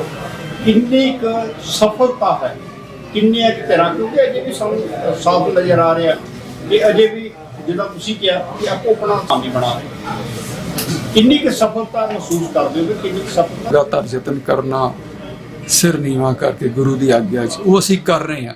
ਸਾਡੇ ਅਨੁਸਾਰ ਬਹੁਤ ਵਧੀਆ ਰਿਸਪੌਂਸ ਮਿਲ ਰਿਹਾ ਸੰਗਤਾਂ ਵਿੱਚ। ਸੰਗਤਾਂ ਨੂੰ ਪਤਾ ਹੈ, ਈਵਨ ਜਿਹੜੇ ਲੀਡਰਸ਼ਿਪ ਵੀ ਆ ਧਾਰਮਿਕ ਜਾਂ ਪੋਲੀਟਿਕਲ, ਉਹਨਾਂ ਨੂੰ ਵੀ ਪਤਾ ਕਿ ਅਸਲ ਗੱਲ ਇਹ ਹੈ, ਸਭ ਨੂੰ ਪਤਾ ਹੈ। ਤੇ ਸਭ ਨੂੰ ਇਹ ਵੀ ਪਤਾ ਜੋ ਇਸ ਵੇਲੇ ਦਾ ਸਟੇਟ ਆ, ਉਹ ਸਾਰੀ ਪੋਲੀਟੀਕਲ ਰਿਲੀਜੀਅਸ ਲੀਡਰ ਕੀ ਤਖਤ ਆ, ਕੀ SGPC, ਕੀ ਅਕਾਲੀ ਦਲ, ਇਸ ਸਾਰਿਆਂ ਨੂੰ ਉਹ ਘੇਰੇ 'ਚ ਲੈ ਰਹੀ ਆ, ਸਾਰਿਆਂ ਨੂੰ ਖੋਲ ਰਹੀ ਆ, ਕਿਸੇ ਨੂੰ ਨਹੀਂ ਛੱਡਣਾ। ਸਭ ਨੂੰ ਰਿਐਲਿਟੀ ਦਾ ਪਤਾ ਆ, ਪਰ ਇੰਨਾ ਲੰਮਾ ਸਮਾਂ ਹੋ ਗਿਆ ਇੱਕ ਪ੍ਰੈਕਟਿਸ ਨੂੰ, ਉਹਦੀਆਂ ਆਦਤਾਂ ਪੈ ਗਈਆਂ ਬਹੁਤ ਡੂੰਘੀਆਂ, ਇਸ ਕਰਕੇ ਸਮਾਂ ਲੱਗ ਰਿਹਾ ਆ। ਪਰ ਅਸੀਂ ਲਗਾਤਾਰ ਯਤਨ ਜੋ ਗੁਰੂ ਵਾਲਾ ਉਹ ਕਰਦੇ ਰਵਾਂਗੇ। ਬਹੁਤ ਵਧੀਆ ਰਿਸਪੌਂਸ ਮਿਲ ਰਿਹਾ, ਜਿਹੜਾ ਰੀਅਲ ਦਾ ਮੈਟਰ ਕਰਦਾ ਥੱਲੇ ਸੰਗਤ 'ਚ ਰਿਸਪੌਂਸ ਬਹੁਤ ਵਧੀਆ ਆ। ਗੁਰੂ ਸਫਲਤਾ ਦੇਵੇਗਾ। ਤੁਸੀਂ ਕਿਹਾ ਕਿ ਕੇਂਦਰ ਸਰਕਾਰ ਵੱਲੋਂ ਇਹ ਨੀਤੀ ਤਹਿਤ ਜਿਹੜੀ ਹੈ ਛਾਪੇਮਾਰੀ ਕਰਕੇ ਪੰਜਾਬ ਨੂੰ ਤੇ ਸਿੱਖਾਂ ਨੂੰ ਜਿਹੜਾ ਇੱਕ ਚੁਣੌਤੀ ਦਿੱਤੀ ਹੈ, ਇੱਕ ਨਿਸ਼ਾਨਾ ਬਣਾਇਆ ਜਾ ਰਿਹਾ, ਇਹਦੇ ਵਿੱਚ ਪੰਜਾਬ ਸਟੇਟ ਦੀ ਤੇ ਆਮ ਆਦਮੀ ਪਾਰਟੀ ਦੀ ਕੀ ਭੂਮਿਕਾ ਸਮਝਦੇ ਹੋ? ਇਹਦੀ ਕੋਈ ਬਹੁਤੀ ਭੂਮਿਕਾ ਨਹੀਂ ਗੀ, ਇਹ ਉਹਦਾ ਹੀ ਹਿੱਸਾ ਹੈ, ਇਹਦੀ ਆਪਣੀ ਨਹੀਂ ਹੈ ਕੋਈ। ਜੋ ਇੱਥੇ ਪੰਜਾਬ 'ਚ ਜੋ ਹੋ ਰਿਹਾ ਆ, ਜੋ ਪਾਲਿਸੀਜ਼ ਚੱਲ ਰਹੀਆਂ, ਉਹ ਸੈਂਟਰ ਦੀਆਂ ਆ। ਇੱਥੇ ਕੋਈ ਕਾਂਗਰਸ ਹੋਵੇ, ਅਕਾਲੀ ਹੋਵੇ, ਆਪ ਹੋਵੇ, ਕੋਈ ਮੈਟਰ ਨਹੀਂ ਕਰਦੇ। ਕੋਈ ਨਹੀਂ ਅੱਗੇ ਖੜਦਾ ਜਿੱਥੇ ਰੀਅਲ ਗੱਲ, ਜਿੱਥੇ ਸਟੇਟ ਦੀ ਗੱਲ, ਸਿਕਿਉਰਿਟੀ ਦੀ ਆਉਂਦੀ, ਉਹ ਕੋਈ ਵੀ ਭਾਵੇਂ ਅਕਾਲੀ ਸੀ, ਕਾਂਗਰਸ ਸੀ, BJP, ਆਪ, ਬਿਲਕੁਲ ਇੱਕੋ ਹੀ ਆ ਪਾਲਿਸੀ ਉਹਨਾਂ ਦੀਆਂ, ਕੋਈ ਡਿਫਰੈਂਸ ਨਹੀਂ। ਜੋ ਸਟੇਟ ਤੋਂ, ਹੋਮ ਮਿਨਿਸਟਰੀ ਤੋਂ ਆਉਂਦਾ ਉਹੀ ਫੋਲੋ ਹੁੰਦਾ ਆ। ਇਹਨਾਂ ਦਾ ਕੋਈ ਬਹੁਤਾ ਹੈ ਨਹੀਂਗਾ, ਇਹ ਉਸ ਤਰ੍ਹਾਂ ਹੀ ਚੱਲਦਾ। BJP ਦੇ ਪੰਜਾਬ ਪ੍ਰਧਾਨ ਜੀ ਸੁਨੀਲ ਜਾਖੜ, ਉਹਨਾਂ ਨੇ ਕਿਹਾ ਕਿ ਖਾਲਸਾ ਏਡ ਦੇ ਕਿਤੇ ਜਿਹੜੇ ਰੇਟ ਨਹੀਂ ਹੋਣੀ ਚਾਹੀਦੀ, ਉਹ ਕੋਈ ਸਮਾਜ ਸੇਵੀ ਸੰਸਥਾ ਹੈ। ਇਹ ਚੰਗੀ ਗੱਲ ਹੈ, ਚੰਗੀ ਗੱਲ ਆ ਜੇ ਕੋਈ ਕਹਿ ਰਹੇ ਆ, ਜੇ ਕੋਈ ਸੱਚ ਪਛਾਣ ਕੇ ਗੱਲ ਕਰ ਰਿਹਾ ਤੇ ਚੰਗੀ ਗੱਲ ਆ। ਇਹ ਤਾਂ ਸੱਚ ਤਾਂ ਸਾਰਿਆਂ ਨੂੰ ਕਹਿਣਾ ਚਾਹੀਦਾ ਆ। ਅੱਜ ਸਮਾਂ ਇਦਾਂ ਦਾ ਆ ਗਿਆ ਆ ਕਿ ਲੋਕੀ ਜਾਣਦੇ ਹੋਏ ਵੀ ਸੱਚ ਕਹਿ ਨਹੀਂ ਰਹੇ ਤੇ ਫਿਰ ਖੜ ਨਹੀਂ ਰਹੇ ਉੱਥੇ। ਤੇ ਆਪਾਂ ਨੂੰ ਖੜਨਾ ਚਾਹੀਦਾ। ਇਹ ਨਹੀਂ ਕਿ ਕੋਈ ਸਿੱਖ ਆ, ਹਿੰਦੂ ਆ, ਮੁਸਲਮਾਨ ਆ, ਕੋਈ ਐਨੀਬਡੀ, ਜੋ ਸੱਚ ਆ ਉਹ ਕਹਿਣਾ ਚਾਹੀਦਾ, ਉੱਤੇ ਖੜਨਾ ਚਾਹੀਦਾ। ਅਸੀਂ ਸਵਾਗਤ ਕਰਦੇ ਹਾਂ ਕੋਈ ਵੀ ਜਿਹੜੀ ਸੱਚ ਦੇ ਨਾਲ ਕੋਈ ਗੱਲ ਕਰਦਾ। ਪਰ ਜਿਹੜੀ ਇੱਕ ਹੁੰਦਾ ਵਿਖਾਵੇ ਮਾਤਰ ਕਹਿਣਾ, ਇੱਕ ਹੁੰਦਾ ਦਿਲੋਂ, ਜੇ ਦਿਲੋਂ ਕਹੀ ਗੱਲ ਤੇ ਫਿਰ ਉਹਦੇ ਵਿਰੁੱਧ ਕੋਈ ਐਕਟੀਵਿਟੀ ਵਿਖਾ ਲੇ। ਹੁਣ ਖਾਲਸਾ ਏਡ ਜਿਹਦਾ ਪੂਰੀ ਦੁਨੀਆ ਦੇ ਵਿੱਚ ਸੇਵਾ ਦੇ ਖੇਤਰ ਦੇ ਵਿੱਚ ਬੜਾ ਵੱਡਾ ਨਾਮ ਬਣ ਗਿਆ, ਤੇ ਪੰਜਾਬ ਦੇ ਵਿੱਚ ਉਹਦੇ ਤੇ ਜਿਹੜੀ ਨੈਸ਼ਨਲ ਏਜੰਸੀ ਹੈ NIA, ਜੇ ਉਹ ਰੇਡ ਕਰਦੀ ਆ ਤੇ ਆਪਣੇ ਮਨਮਰਜ਼ੀ ਦੇ ਜਿਹੜੇ ਉਹਦੇ ਨਤੀਜੇ ਕੱਢਣਾ ਚਾਹੁੰਦੀ ਆ, ਇਹ ਦੋਸ਼ ਲਾਉਣਾ ਚਾਹੁੰਦੀ ਆ ਕਿ ਇਹ ਜਿਹੜਾ ਖਾਲਸਾ ਏਡ ਆਪਣੇ ਸੇਵਾ ਦੇ ਅੰਡਰ ਰਹਿ ਕੇ ਇਹ ਇੱਕ ਹੋਰ ਜਿਹੜਾ ਇੱਥੇ ਟੈਰੋਰਿਜ਼ਮ ਫੈਲਾਉਣ ਵਾਸਤੇ, ਚਾਹੇ ਇਹੋ ਜਿਹੀ ਐਕਟੀਵਿਟੀ ਕਰਨ ਵਾਸਤੇ, ਉਤਸ਼ਾਹਿਤ ਕਰਨ ਵਾਸਤੇ ਇਹ ਉਹਦੇ ਤੇ ਧੱਬਾ ਲਾਉਣਾ ਚਾਹੁੰਦੀ ਆ। ਜਦੋਂ ਕਿ ਉਹ ਤੇ ਧੱਬਾ ਲੱਗ ਨਹੀਂ ਸਕਦਾ, ਉਹ ਤੇ ਇੱਕ ਭਾਈ ਕਨ੍ਹਈਆ ਦੇ ਫਲਸਫੇ ਨੂੰ ਲੈ ਕੇ ਪੂਰੀ ਦੁਨੀਆ ਦੇ ਵਿੱਚ ਉਹਨਾਂ ਨੇ ਨਾਮਣਾ ਖੱਟਿਆ। ਤੇ ਪੰਜਾਬ ਦੇ ਵਿੱਚ ਜੇ ਸਰਕਾਰ ਦੇ ਕਿਸੇ ਜ਼ੁਲਮੋ ਸਿਤਮ ਦਾ ਸ਼ਿਕਾਰ ਸਿੱਖ ਪਰਿਵਾਰ ਵੀ ਉਹਨਾਂ ਦੀ ਨਜ਼ਰ ਦੇ ਵਿੱਚ ਉਹਨਾਂ ਵੱਲੋਂ ਕੀਤੀ ਜਾ ਰਹੀ ਸੇਵਾ ਦਾ ਪਾਤਰ ਹੈ, ਤੇ ਉਹਦੀ ਵੀ ਸੇਵਾ ਜੇ ਕਰ ਦਿੰਦੇ ਆ, ਤੇ ਇਹ ਸਰਕਾਰਾਂ ਨੂੰ ਇਹ ਚੀਜ਼ਾਂ ਨਹੀਂ ਕਰਨੀਆਂ ਚਾਹੀਦੀਆਂ।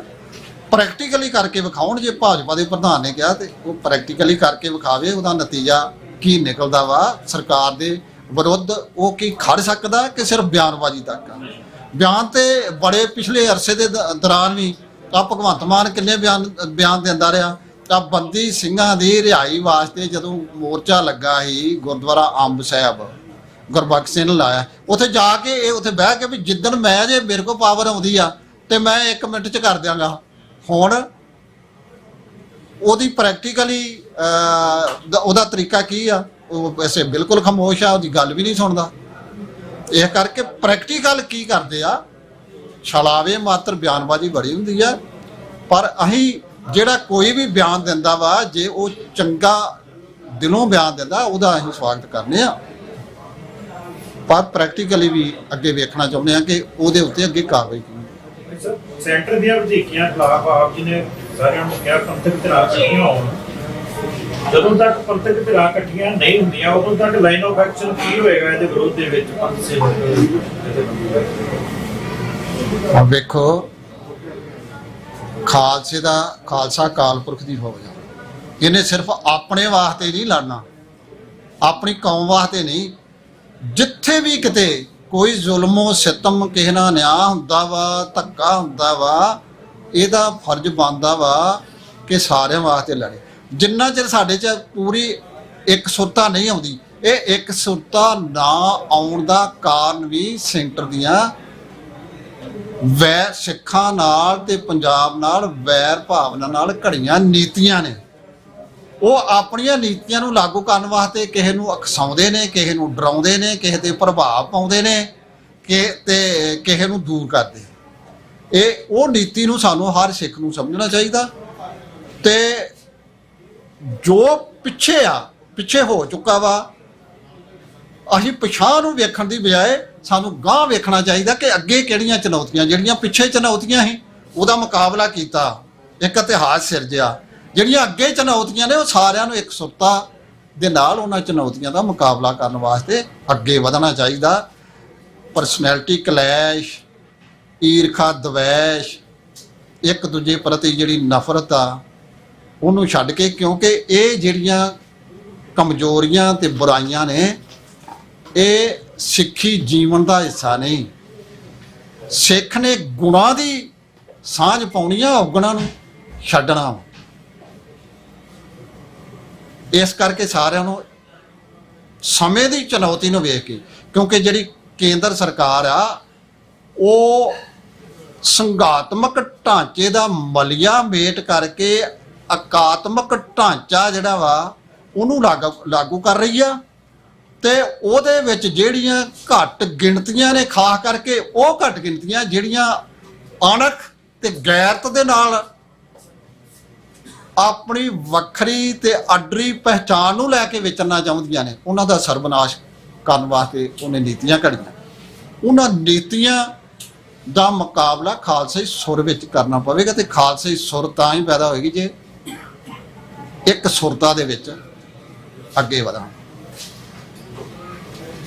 ਇਹਦੇ ਵਿੱਚ ਇਹੀ ਹੈ ਕਿ ਅਸੀਂ ਤਾਂ ਇਹੀ ਕੋਸ਼ਿਸ਼ ਦਾ ਅਵੇਅਰਨੈਸ, ਫਿਰ ਸਾਰਿਆਂ ਵਿੱਚ ਆਪਸੀ ਕਮਿਊਨੀਕੇਸ਼ਨ ਤੇ ਮੇਲ ਮਿਲਾਪ, ਸਿਰਫ ਸਿੱਖਾਂ 'ਚ ਨਹੀਂ ਹੋਰ ਜਿੰਨੀਆਂ ਧਿਰਾਂ ਹੈ। ਤੇ ਇਹ ਆਪਣੇ ਸਾਹਮਣੇ ਦੇਖੋ, ਕਿਸਾਨ ਮੋਰਚੇ 'ਚ ਜਿਸ ਤਰੀਕੇ ਨਾਲ ਇੱਕ ਮਾਸ ਮੂਵ ਬਣੀ ਤੇ ਜਿਸ ਤਰ੍ਹਾਂ ਸਾਰੇ ਹਿੱਸੇ ਇਕੱਠੇ ਹੋਏ, ਉਹ ਆਪਣੇ ਕੋਲ ਐਗਜ਼ਾਮਪਲ ਹੈ ਕਿ ਕਿਸ ਤਰੀਕੇ ਨਾਲ ਇਹੋ ਜਿਹੀ ਸਰਕਾਰ ਦਾ ਮੁਕਾਬਲਾ ਕਰਨਾ।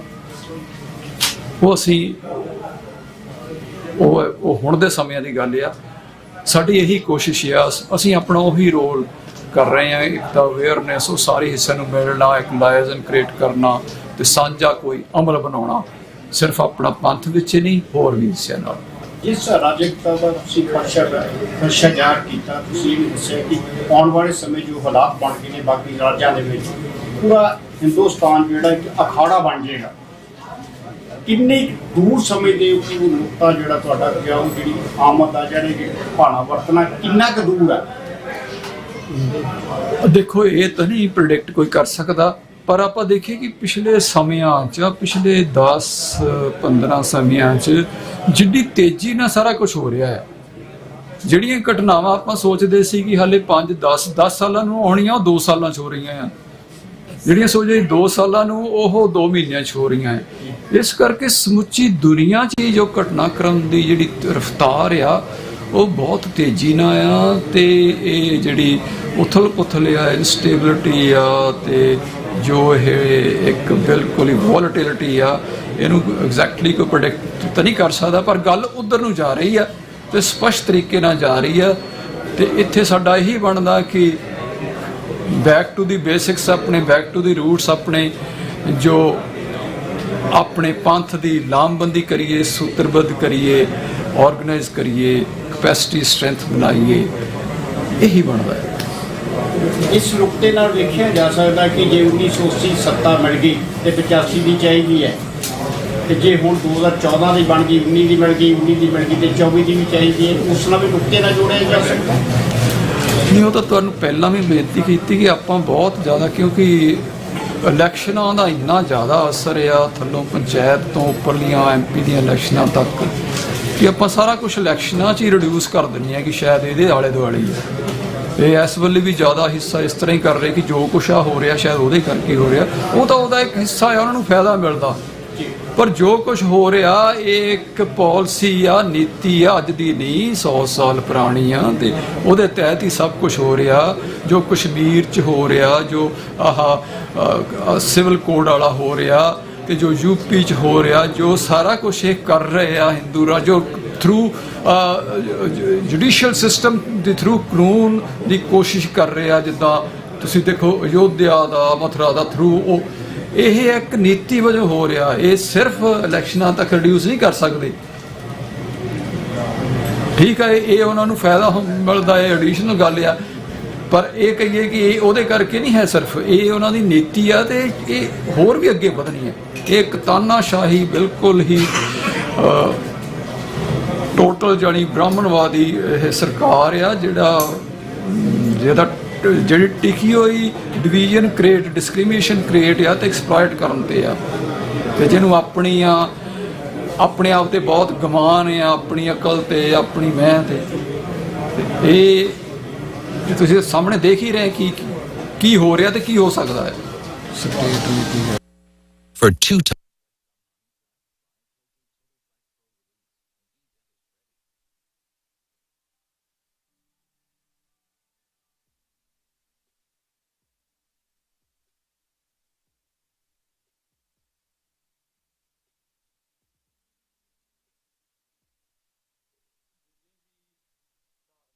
ਸੱਭਿਆਚਾਰਕ, ਸਮਾਜਿਕ ਜਾਂ ਵਿਚਾਰਧਾਰਕ ਵਖਰੇਵੇਂ ਵਾਲੇ ਜਿੰਨੇ ਸਮੂਹ ਆ, ਜਿਹੜੇ ਭਾਈਚਾਰੇ ਆ, ਜਾਂ ਬਹੁਜਨ ਸਮਾਜ ਨੇ, ਜਾਂ ਆਦੀਵਾਸੀ ਆ, ਜਾਂ ਹੋਰ ਸੰਘਰਸ਼ੀਲ ਧਿਰਾਂ ਆ, ਉਹਨਾਂ ਸਾਰਿਆਂ ਦੇ ਵਿੱਚ ਇੱਕ ਅਮਲ ਇਹ ਸਰਕਾਰ ਕਰ ਰਹੀ ਹੈ ਕਿ ਉਹਨਾਂ ਨੂੰ ਪਹਿਲਾਂ ਤਾਂ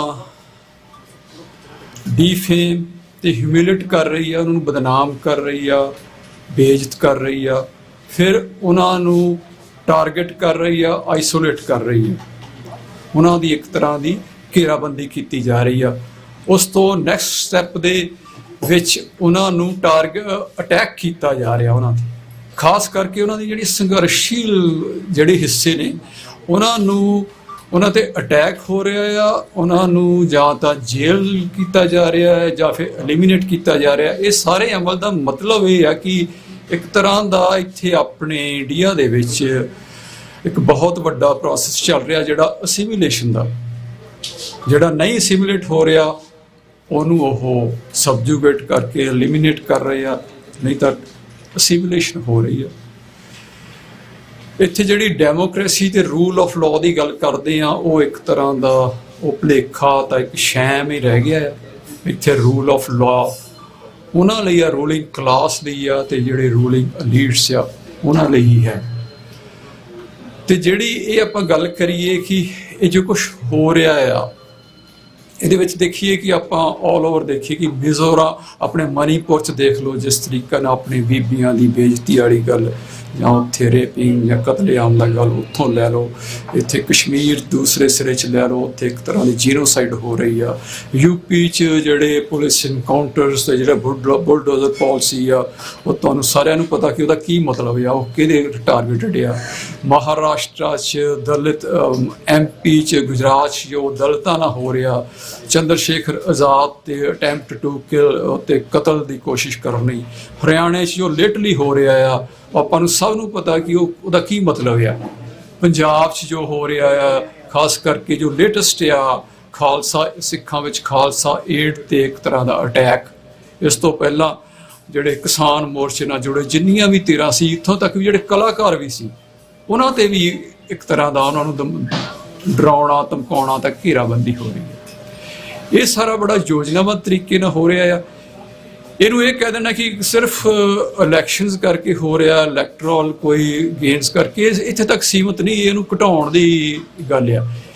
ਇਹ ਜੋ ਰੂਲਿੰਗ ਡਿਸਪੈਂਸੇਸ਼ਨ ਆ, ਉਹਦੀ ਇੱਕ ਨੀਤੀ ਆ, ਇੱਕ ਪਾਲਿਸੀ ਨੀਤੀ ਤਹਿਤ ਹੋ ਰਿਹਾ ਆ, ਜਿਹੜੀ ਉਹ ਬਿਲਕੁਲ ਨਹੀਂ ਬਦਲ ਰਹੇ, ਭਾਵੇਂ ਉਹ ਹਾਰਦੇ ਆ ਜਾਂ ਜਿੱਤਦੇ ਆ, ਉਸੇ ਤਰੀਕੇ ਨਾਲ ਚੱਲ ਰਹੇ ਆ। ਜੇ ਕਿਸਾਨ ਵਾਲਿਆਂ 'ਚ ਉਹਨਾਂ ਨੂੰ ਪਿੱਛੇ ਵੀ ਕਰਨਾ ਪਿਆ, ਪਿੱਛੇ ਹਟ ਕੇ ਦੁਬਾਰਾ ਸਾਰਾ ਕੁਝ ਲਾਗੂ ਕਰ ਰਹੇ ਆ।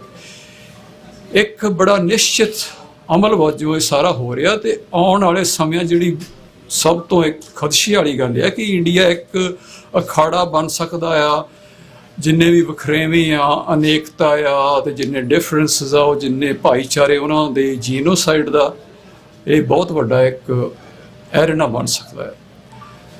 ਤੇ ਜੇ ਆਪਾਂ ਗੱਲ ਕਰੀਏ ਪੰਜਾਬ ਦੀ ਤੇ ਸਿੱਖਾਂ ਦੀ, ਸਿੱਖਾਂ ਤੇ ਪੰਜਾਬ ਦਾ ਇੱਕ ਖਾਸ ਅਮਲ ਆ, ਉਹਨਾਂ ਦੀ ਹਿਸਟਰੀ ਕਰਕੇ, ਉਹਨਾਂ ਦੀ ਜੀਓਗ੍ਰਾਫੀ ਕਰਕੇ, ਉਹਨਾਂ ਦੇ ਗੁਰੂ ਗ੍ਰੰਥ ਸਾਹਿਬ ਦੇ ਵਿਚਲੇ ਜਿਹੜੇ ਆਦਰਸ਼ ਆ, ਉਹਨਾਂ ਦੇ ਅਕੀਦਿਆਂ ਕਰਕੇ, ਸਰਬਤ ਦੇ ਭਲੇ ਲਈ ਸੰਘਰਸ਼ ਕਰਨਾ, ਜ਼ੁਲਮ ਵਿਰੁੱਧ ਸੰਘਰਸ਼ ਕਰਨਾ, ਤੇ ਜੋ ਉਹਨਾਂ ਦਾ ਸਮੁੱਚਾ ਇੱਕ ਸੰਘਰਸ਼ ਦਾ ਇੱਕ ਪੁਰਾਣੀ ਹਿਸਟਰੀ ਆ, ਤੇ ਉਹਨਾਂ ਦਾ ਰਾਜ ਦਾ ਦਾਅਵਾ ਆ, ਪਾਤਸ਼ਾਹੀ ਦਾ ਦਾਅਵਾ। ਇਸ ਕਰਕੇ ਪੰਜਾਬ ਤੇ ਸਿੱਖ ਉਹਨਾਂ ਲਈ ਇੱਕ ਖਾਸ ਚੁਣੌਤੀ ਆ। ਤੇ ਉਹਨਾਂ ਨੇ ਦੇਖਿਆ ਕਿ ਕਿਸਾਨ ਮੋਰਚੇ ਵਿੱਚ ਉਹਨਾਂ ਨੇ ਬਿਲਕੁਲ ਆਇਡੈਂਟੀਫਾਈ ਕਰ ਲਿਆ ਕਿ ਇਹ ਰੀਅਲ ਗੱਲ ਕੀ ਆ, ਤੇ ਉਸ ਤੋਂ ਬਾਅਦ ਉਹ ਬੜੇ ਇੱਕ ਪਾਲਿਸੀ ਤਹਿਤ ਅਮਲ ਕਰ ਰਹੇ ਆ। ਤੁਸੀਂ ਦੇਖੀਏ ਕਿ ਇੱਕ ਤਾਂ ਇਹ ਆ ਕਿ ਬੜੇ ਲੰਮੇ ਸਮੇਂ 'ਚ ਉਹ ਜਿਹੜੇ ਸਿੱਖ ਕਿਸੇ ਤਰ੍ਹਾਂ ਦੀ ਸਿੱਖ ਲੀਡਰਸ਼ਿਪ ਆ, ਸਿੱਖ ਇੰਸਟੀਟਿਊਸ਼ਨਸ ਆ, ਸਿੱਖ ਪਾਰਟੀਜ਼ ਆ, ਤੇ ਸਿੱਖਾਂ 'ਚ ਜੋ ਵੀ ਸ਼ਾਖ ਵਾਲਾ ਕੁਝ ਵੀ ਹੈ, ਉਹਨੂੰ ਉਹ ਡਿਸਕ੍ਰੈਡਿਟ ਕਰ ਰਹੇ ਆ। ਤੇ ਤੁਸੀਂ ਦੇਖਿਆ ਕਿ ਪਿਛਲੇ ਲੰਮੇ ਸਮੇਂ 'ਚ ਮੀਡੀਆ 'ਚ, ਖਾਸ ਕਰਕੇ ਸੋਸ਼ਲ ਮੀਡੀਆ 'ਚ, ਉਹ ਜਿੰਨੇ ਵੀ ਆਪਣੇ ਪੰਥ ਪੰਜਾਬ ਵਿੱਚ ਡਿਫਰੈਂਸਿਸ ਆ, ਵਖਰੇਵੇਂ ਆ, ਜਿੱਥੇ ਰਿਫਟਸ ਹੋ ਸਕਦੀ ਆ, ਜਾਂ ਡੀਫੇਮੇਸ਼ਨ ਆ, ਜਾਂ ਗੁੰਮਰਾਹ ਕਰਨ ਦਾ ਪ੍ਰੋਸੈਸ, ਉਹ ਲਗਾਤਾਰ ਚੱਲ ਰਿਹਾ। ਤੇ ਖਾਸ ਕਰਕੇ ਉਹਨਾਂ ਹਿੱਸਿਆਂ ਵਿਰੁੱਧ ਜਿੱਦਾਂ ਜਿਹੜੇ ਆਜ਼ਾਦੀ ਪੱਖੀ ਆ, ਜਿਹੜੇ ਆਜ਼ਾਦੀ ਨੂੰ ਅਪਣਾਇਆ, ਜਿਹੜੇ ਖਾਲਿਸਤਾਨ ਨੂੰ ਅਪਣਾਇਆ, ਜਿੱਦਾਂ ਸੰਤ ਜਰਨੈਲ ਸਿੰਘ ਪਿੰਡਰਾਂਵਾਲੇ ਮਿਲੀਟੈਂਟ ਲੀਡਰਸ਼ਿਪ, ਖਾਲਿਸਤਾਨ ਦੀ ਆਈਡੀਆ, ਇਹਨੂੰ ਖਾਸ ਟਾਰਗੇਟ ਕੀਤਾ ਜਾ ਰਿਹਾ ਆ। ਤੇ ਇਸ ਸਾਲ ਦੇ ਸ਼ੁਰੂ ਵਿੱਚ ਜੋ ਆਪਾਂ ਦੇਖੀਏ ਮਾਰਚ ਵਿੱਚ ਜੋ ਹੋਇਆ, ਅਸੀਂ ਉਹਨਾਂ ਬਾਰੇ ਪਹਿਲਾਂ ਹੀ ਇਹ ਸਾਰੀਆਂ ਗੱਲਾਂ ਕਾਫੀ ਚਿਰ ਪਹਿਲਾਂ ਹੀ ਕਰਦੇ ਆ ਰਹੇ। ਉਹਦੇ ਵਿੱਚ ਕੀ ਹੋਇਆ ਕਿ ਇਹਨਾਂ ਨੇ ਸਿੱਖਾਂ ਦੀ ਜਿਹੜੀ ਸਮੁੱਚੀ ਇੱਕ ਬਣੀ ਸੀ ਕਿਸਾਨ ਮੋਰਚੇ ਤੇ ਕੋਵਿਡ ਦੌਰਾਨ ਇੱਕ ਸੌਫਟ ਪਾਵਰ ਤੇ ਰੀਅਲ ਕਰੈਕਟਰ ਸਾਰੀ ਦੁਨੀਆ 'ਚ ਆਇਆ ਸੀ, ਉਹਨੂੰ ਤੇ ਟਾਰਗੇਟ ਕਰਨ ਲਈ ਇਹਨਾਂ ਨੇ ਇਹੋ ਜਿਹਾ ਇੱਥੇ ਮਾਹੌਲ ਬਣਾਇਆ ਕਿ ਇੱਥੇ ਇੱਕ ਸਾਈਕੋਲੋਜੀਕਲ ਹਮਲਾ ਕੀਤਾ, ਮਨੋਵਿਗਿਆਨਿਕਸ ਮੀਡੀਆ ਰਾਹੀਂ ਬਹੁਤ ਵੱਡਾ ਸਿੱਖ ਪਛਾਣ ਤੇ ਸਿੱਖ ਅਮਲ ਤੇ। ਫਿਰ ਇੱਥੇ ਫੋਰਸਿਸ ਨੂੰ ਲਿਆ ਕੇ, ਫਿਰ ਇੱਥੇ ਮੀਡੀਆ ਨੂੰ, ਹਰ ਤਰੀਕੇ ਦੇ ਮੀਡੀਆ ਨੂੰ ਸਪਰੈਸ ਕਰਕੇ, ਨੌਜਵਾਨਾਂ ਨੂੰ ਪੁਲਿਸ ਥਾਣਿਆਂ 'ਚ ਬੁਲਾ ਕੇ, ਉਹਨਾਂ ਨੂੰ ਹਰਾਸ ਕਰਕੇ, ਡਰਾ ਕੇ, ਧਮਕਾ ਕੇ, ਤੇ ਕਾਫੀ ਨੌਜਵਾਨਾਂ ਨੂੰ, ਬਹੁਤ ਵੱਡੀ ਗਿਣਤੀ 'ਚ ਇਹ ਸਭ ਕੁਝ ਹੋਇਆ। ਸਾਹਮਣੇ ਬਹੁਤ ਘੱਟ ਆਇਆ ਕਿਉਂਕਿ ਲੋਕਾਂ ਨੇ ਦੱਸਿਆ ਨਹੀਂ, ਮੀਡੀਆ 'ਤੇ ਵੀ ਤੇ ਨੌਜਵਾਨਾਂ 'ਤੇ ਵੀ। ਤੇ ਕੁਛ ਨੌਜਵਾਨਾਂ ਨੂੰ ਇਹਨਾਂ ਨੇ ਬਹੁਤ ਦੂਰ ਪੰਜਾਬ ਤੋਂ ਜਿੱਦਾਂ ਅਸਾਮ ਵਿੱਚ ਭੇਜਿਆ, ਉਹ ਵੀ ਇਸ ਕਰਕੇ ਕਿ ਇੱਕ ਤਰ੍ਹਾਂ ਦਾ ਡਰਾਉਣ ਦਾ, ਧਮਕਾਉਣ ਦਾ ਜਿਹੜਾ ਉਹ ਲਗਾਤਾਰ ਚੱਲ ਰਿਹਾ ਹੈ। ਉਹਦੇ ਨਾਲ ਨਾਲ ਜਿਹੜਾ ਇਹਦਾ ਨੈਕਸਟ ਸਟੈਪ ਆ, ਉਹ ਆਲ ਓਵਰ ਵਰਲਡ ਜਿੱਥੇ ਵੀ ਸਿੱਖ ਡਾਇਸਪੋਰਾ ਹੈਗਾ, ਇਹ ਤੇ ਖਾਸ ਕਰਕੇ ਟਾਰਗੇਟ ਜਿਹੜੇ ਖਾਲਿਸਤਾਨ ਵਾਲੇ ਆ ਜਿਹੜੇ ਪਾਤਸ਼ਾਹੀ ਦਾਅਵੇ ਵਾਲੇ ਜਿਹੜੇ ਉਹ ਹਿੱਸੇ ਆ ਜਿਹੜੇ ਸ਼ਾਖ ਵਾਲੇ ਆ ਜਾਂ ਕੁਛ ਵੀ ਸਮਰੱਥਾ ਤੇ ਕਪੈਸਿਟੀ ਵਧਾਉਣ ਵਾਲੇ ਕ੍ਰੈਡੀਬਲ ਸਿੱਖਾਂ ਦਾ ਕੁਛ ਵੀ ਕਰ ਰਿਹਾ ਕਿਤੇ ਵੀ, ਕੋਈ ਇੱਕ ਬੰਦਾ ਆ ਜਾਂ ਜਥੇਬੰਦੀ ਆ, ਉਹਨਾਂ ਨੂੰ ਖਾਸ ਟਾਰਗੇਟ ਕਰ ਰਹੇ। ਸਾਰੀ ਦੁਨੀਆ ਵਿੱਚ ਦੇਖੋ ਤਾਂ ਪਿਛਲੇ ਸਮਿਆਂ 'ਚ ਜਿਹੜੇ ਸਿੱਧਾ ਹੀ ਪੋਲੀਟੀਕਲ ਅਸੈਸੀਨੇਸ਼ਨਸ, ਜਿਵੇਂ ਹਰਮੀਤ ਸਿੰਘ ਦੀ, ਫਿਰ ਭਾਊ ਪਰਮਜੀਤ ਸਿੰਘ ਪੰਜਮੜ ਦੀ, ਕੈਨੇਡਾ ਵਿੱਚ ਹਰਦੀਪ ਸਿੰਘ ਨਿੱਜਰ ਤੇ ਰਿਪੂਦਮਨ ਸਿੰਘ ਮਲਕ ਦੀ, ਤੇ ਇੰਗਲੈਂਡ ਵਿੱਚ ਅਵਤਾਰ ਸਿੰਘ ਖੰਡੇ ਦਾ ਜਿਸ ਤਰੀਕੇ ਨਾਲ ਭੇਦ ਭਰੇ ਹਾਲਾਤ 'ਚ ਉਹਨਾਂ ਦਾ ਚਲਾਨਾ ਕਰ ਗਏ, ਉਹ ਇੱਕ ਸੋਚਣ ਵਾਲੀ ਗੱਲ ਆ ਕਿ ਇਹ ਡਾਇਰੈਕਟ ਅਟੈਕ ਕਰ ਰਹੇ ਆ।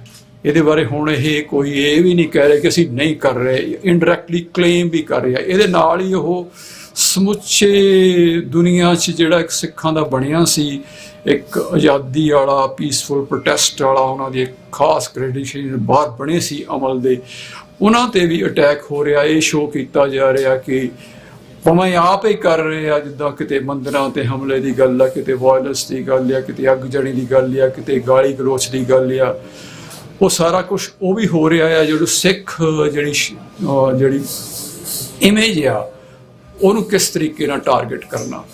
ਤੇ ਇਹਦੇ ਨਾਲ ਹੀ ਜਿਹੜਾ ਹੁਣ ਲੇਟੈਸਟ ਅਟੈਕ ਹੋਇਆ ਕੱਲ ਪਰਸੋਂ, ਜਿੱਦਾਂ ਖਾਲਸਾ ਏਡ ਤੇ ਹੋਇਆ ਤੇ ਬਾਹਰ ਕੁਛ ਸ਼ਖਸੀਅਤਾਂ ਤੇ ਜਥੇਬੰਦੀਆਂ ਤੇ ਹੋਇਆ। ਹੁਣ ਖਾਲਸਾ ਏਡ ਸਾਰੀ ਦੁਨੀਆ 'ਚ ਸੇਵਾ ਕਰ ਰਹੇ ਆ, ਹਰ ਥਾਂ ਸੇਵਾ ਕਰਦੇ, ਉਹਨਾਂ ਲਈ ਕੋਈ ਨਹੀਂ, ਸਾਰੇ ਉਹਨਾਂ ਲਈ ਇੱਕ ਜਿਹੇ ਆ।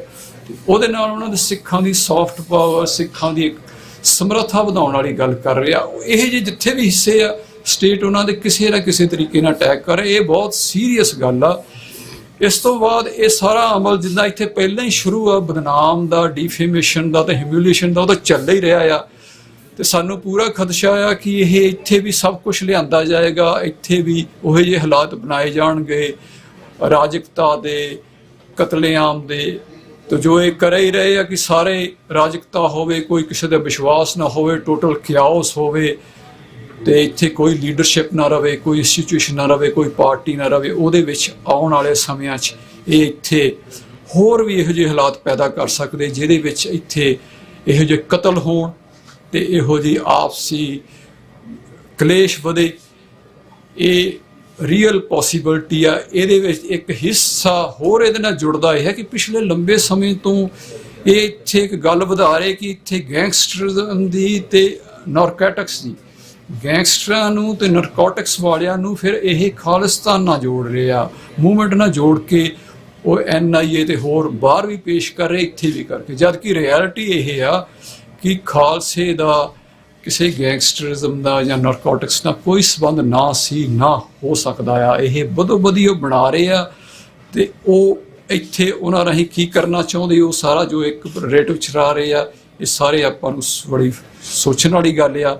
ਇਹਦੇ ਨਾਲ ਹੀ ਇੱਕ ਹੋਰ ਫਿਕਰ ਵਾਲੀ ਗੱਲ ਇਹ ਹੈ ਕਿ ਕੁਛ ਬੰਦੇ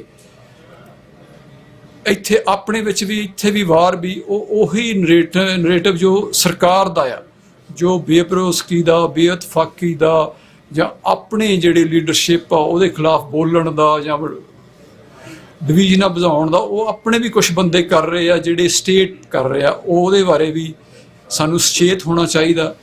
ਸਾਡਾ ਇੱਥੇ ਮਤਲਬ ਇਹੀ ਹੈ ਕਿ ਸਮੁੱਚੀ ਸੰਗਤ ਨੂੰ, ਪੰਜਾਬ ਨੂੰ, ਪੰਥ ਨੂੰ ਸੁਚੇਤ ਕਰਨਾ ਕਿ ਹਾਲਾਤ ਬਹੁਤ ਸੀਰੀਅਸ ਆ, ਇੰਟਰਨੈਸ਼ਨਲ ਵੀ, ਆਪਣੇ ਇੱਥੇ ਵੀ ਤੇ ਆਪਣੇ ਪੰਜਾਬ ਵਿੱਚ ਵੀ।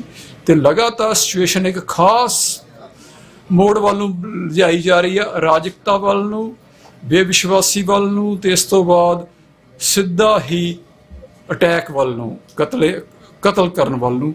ਤੇ ਉਹਦੇ ਬਾਰੇ ਸਾਰਿਆਂ ਨੂੰ ਸੁਚੇਤ ਹੋਣਾ ਚਾਹੀਦਾ। ਤੇ ਜਿੱਥੇ ਜਿੱਥੇ ਵੀ ਪੰਥ ਹੈਗਾ ਤੇ ਇਹ ਸਮਾਂ ਹੈਗਾ ਜੁੜ ਬੈਠਣ ਦਾ, ਆਪਸ ਵਿੱਚ ਸੰਵਾਦ ਰਚਾਉਣ ਦਾ ਤੇ ਇਕੱਠੇ ਹੋਣ ਦਾ, ਪੰਥਕ ਰਵਾਇਤ ਤੇ ਪੰਥਕ ਪਰੰਪਰਾ ਅਨੁਸਾਰ ਇਕੱਠੇ ਹੋਣ ਦਾ, ਗੁਰਮਤਿ ਅਨੁਸਾਰ ਸਾਂਝੇ ਫੈਸਲੇ ਤੇ ਸਾਂਝੇ ਅਗਵਾਈ ਵਾਲੇ ਦਾ। ਇਹ ਬਹੁਤ ਕ੍ਰਾਈਸਿਸ ਵਾਲਾ ਸਮਾਂ, ਇਹਨੂੰ ਪਛਾਣਨਾ ਚਾਹੀਦਾ। ਤੇ ਇਸੇ ਤਰ੍ਹਾਂ ਸਾਡਾ ਇਹਨਾਂ ਲਈ ਜਵਾਬ ਵੀ ਇਹੀ ਬਣਦਾ ਆ। ਵਾਹਿਗੁਰੂ ਜੀ ਕਾ ਖਾਲਸਾ, ਵਾਹਿਗੁਰੂ ਜੀ ਕੀ ਫਤਿਹ। ਇਹ ਬਾਰੇ ਇਕੱਠੇ ਹੋਣ ਦੀ ਲੋੜ ਹੈ ਸਾਰੇ ਸਿੱਖ ਪੰਥ ਨੂੰ ਪਲੇਟਫਾਰਮ ਤੇ। ਕੋਈ ਪਹਿਲ ਕਦਮੀ ਕਰੋਗੇ ਜੀ ਸਾਰਿਆਂ ਨੂੰ ਇਕੱਠਾ ਕਰਨ ਵਾਸਤੇ, ਜਾਂ ਕੀ ਉਪਰਾਲਾ ਹੋ ਸਕਦਾ? हाँ जी, ਅਸੀਂ ਪਿਛਲੇ ਸਾਲ ਤੋਂ ਹੀ ਇਹ ਕੋਸ਼ਿਸ਼ ਕਰ ਰਹੇ ਹਾਂ। ਅਸੀਂ ਕਈ ਸਮਾਗਮ ਵੀ ਕੀਤੇ, ਪੰਥ ਦੇ ਡਿਫਰੈਂਟ ਹਿੱਸਿਆਂ ਨੂੰ, ਸੰਪਰਦਾਵਾਂ ਨੂੰ, ਜਥੇਬੰਦੀਆਂ ਨੂੰ, ਸ਼ਖਸੀਅਤਾਂ ਨੂੰ, ਬੁੱਧੀਵਾਨਾਂ ਨੂੰ, ਨੌਜਵਾਨਾਂ ਨੂੰ, ਪ੍ਰਚਾਰਕਾਂ ਨੂੰ, ਸਾਰਿਆਂ ਨੂੰ ਮਿਲੇ ਵੀ ਹਾਂ ਤੇ ਕਈ ਸਮਾਗਮ ਵੀ ਕੀਤੇ। ਤੇ ਪਿੱਛੇ ਜੇ 28 ਜੂਨ ਨੂੰ ਅਨੰਦਪੁਰ ਸਾਹਿਬ ਇੱਕ ਵਿਸ਼ਵ ਸਿੱਖ ਇਕੱਤਰਤਾ ਕੀਤੀ ਸੀ। ਉੱਥੇ ਮਕਸਦ ਹੀ ਇਹ ਸੀ ਕਿ ਇੱਕ ਨੁਮਾਇੰਦਾ ਇਕੱਠ ਜੋ ਸਮੁੱਚੇ ਪੰਥ ਦਾ ਬੁਲਾ ਕੇ ਇਹ ਆਪਾਂ ਜਿਹੜੀ ਸਭ ਤੋਂ ਸਾਡਾ ਇੱਕ ਖਲਾਅ ਹੈ ਇਸ ਵੇਲੇ ਅਕਾਲ ਤਖਤ ਸਾਡਾ ਵਿਚਾਰ ਪ੍ਰੰਦਰੇ ਦਾ ਸਾਂਝਾ ਫੈਸਲੇ, ਸਾਂਝੇ ਅਗਵਾਈ ਦਾ ਕੇਂਦਰ ਸੀ ਗੁਰਮਤਿ ਦਾ, ਕਿ ਉਹ ਕਿਸ ਤਰੀਕੇ ਨਾਲ ਇਸ ਹਾਲਾਤ 'ਚ ਅਸੀਂ ਅਕਾਲ ਤਖਤ ਨੂੰ ਕਿਵੇਂ ਇਹਨਾਂ ਗਿਵਨ ਹਾਲਾਤਾਂ 'ਚ ਆਜ਼ਾਦ ਕਰਾਉਣਾ ਤੇ ਉਹਨਾਂ ਨੂੰ ਰੀਅਲ ਆਪਣੀ ਸਮਰੱਥਾ 'ਚ ਲੈ ਕੇ ਆਉਣਾ ਤੇ ਕਿਵੇਂ ਦੁਬਾਰਾ ਗੁਰਮਤਾ ਸਾਂਝੀ ਅਗਵਾਈ ਤੇ ਸਾਂਝੇ ਫੈਸਲੇ ਕਰਨੀ। ਅਸੀਂ ਉੱਥੇ ਸਾਰੇ ਇਕੱਠੇ ਹੋਏ ਤੇ ਉੱਥੇ ਸਾਰਿਆਂ ਨੇ ਆਪਣੀ ਰਵਾਇਤ ਅਨੁਸਾਰ ਉਸੇ ਤਰੀਕੇ ਨਾਲ ਉਹ ਫੈਸਲਾ ਲਿਆ। ਉਹ ਫੈਸਲਾ ਇਹ ਸੀ ਕਿ ਜੋ ਮੌਜੂਦਾ ਜੋ ਪ੍ਰਬੰਧ ਆ ਅਕਾਲ ਤਖਤ ਦਾ, ਤਖਤਾਂ ਦਾ, ਉਹ ਪਰੰਪਰਾ ਅਨੁਸਾਰ ਨਹੀਂ ਆ, ਉਹਨੂੰ ਰੱਦ ਕੀਤਾ ਤੇ ਜੋ ਚਾਹੀਦਾ ਆ ਗੁਰਮਤਿ ਅਨੁਸਾਰ ਤੇ ਪਰੰਪਰਾ ਅਨੁਸਾਰ ਉਹ ਇਹ ਆ ਕਿ ਇੱਕ ਅਕਾਲੀ ਜਥਾ ਉੱਥੇ ਚਾਹੀਦਾ ਜਿੱਦਾਂ ਪਹਿਲਾਂ ਹੁੰਦਾ ਸੀ, ਉੱਥੇ ਬਣਾਇਆ ਜਾਵੇ। ਤੇ ਉਹਦੇ ਲਈ ਅੱਗੇ ਜੋ ਕਵਾਇਦ ਆ ਉਹ ਅਸੀਂ ਲਗਾਤਾਰ ਜਿੱਦਾਂ ਪਹਿਲਾਂ ਵੀ ਮਿਲ ਰਹੇ ਪੰਥ ਦੇ, ਅਸੀਂ ਲਗਾਤਾਰ ਉਹ ਕੰਟੀਨਿਊਡ ਆ ਤੇ ਹੋਰ ਜਿਹੜੇ ਰਹਿ ਗਏ ਹਿੱਸੇ ਉਹਨਾਂ ਨੂੰ ਵੀ ਬਣਾਂਗੇ। ਤੇ ਇਹਦੇ ਨਾਲ ਹੀ ਅਸੀਂ ਇਹ ਗੱਲ ਤਾਂ ਹੀ ਬਣਦੀ ਹੈ ਕਿ ਜੇ ਥੱਲੇ ਤੋਂ ਪਿੰਡ ਤੋਂ ਗੁਰੂ ਘਰ ਲੈਵਲ ਤੋਂ ਇਹ ਜਿਹੜੀ ਗੁਰਮਤਿ ਦੀ ਜਿਹੜੀ ਰਵਾਇਤ ਆ ਸਾਂਝੀ ਗਵਾਹੀ ਤੇ ਸਾਂਝੇ ਫੈਸਲੇ ਦੀ ਥੱਲੋਂ ਤੋਂ ਚੱਲੇ ਤੇ ਇਹਦੇ ਲਈ ਅਸੀਂ ਲਗਾਤਾਰ ਯਤਨ ਕਰ ਰਹੇ ਹਾਂ ਤੇ ਅੱਗੇ ਵੀ ਕਰਾਂਗੇ।